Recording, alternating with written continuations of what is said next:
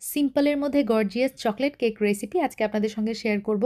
বানানো একদম পানির মতো সহজ, যারা কিনা নতুন রাঁধুনি আছেন তুড়ি মেরে এই রেসিপিটা বানায় ফেলতে পারবে।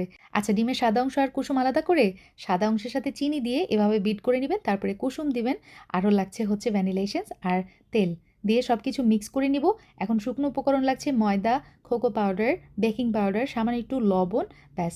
চেলে নিয়ে এই যে ডিমের মিশ্রণের মধ্যে দিয়ে এখন একটা ঘুঁটা দিয়ে দিবেন, আর তার সাথে ব্যবহার করেছি দুধ এবং লেবুর রস। ব্যাস হয়ে গেছে। এখন কেক আমি চুলাতে বেক করে নিয়েছি। ৪০ থেকে ৫০ মিনিট চুলার একদম লো আঁচে বেক করলেই হয়ে যাবে। এটা কিন্তু ওভেনেও করা যায়। এই ভিডিওর কমেন্ট বক্সে উপকরণগুলোর পরিমাণ মানে সবকিছু ডিটেইলসে দিয়ে রাখবো, আপনারা চেক করে নিবেন। Whipped cream, vanilla essence, powder sugar, cocoa powder beat করে নিলেই আমাদের কেকের ক্রিম একদম রেডি। আর এখানে কেকটা আমি স্লাইস করে নিয়েছি, আর যেই পাত্রে আমি কেকটা বেক করেছিলাম না, সেই পাত্রে আমি কেকটা সেট করে নিব। আর এই কেকটার সবচেয়ে মজার বিষয় হচ্ছে মানে কোনো সাজগোজের দরকার নেই, কোনো ডেকোরেশনের দরকার নেই, কিছু না। একদম সিম্পলের মধ্যে গর্জিয়াস যাকে বলে।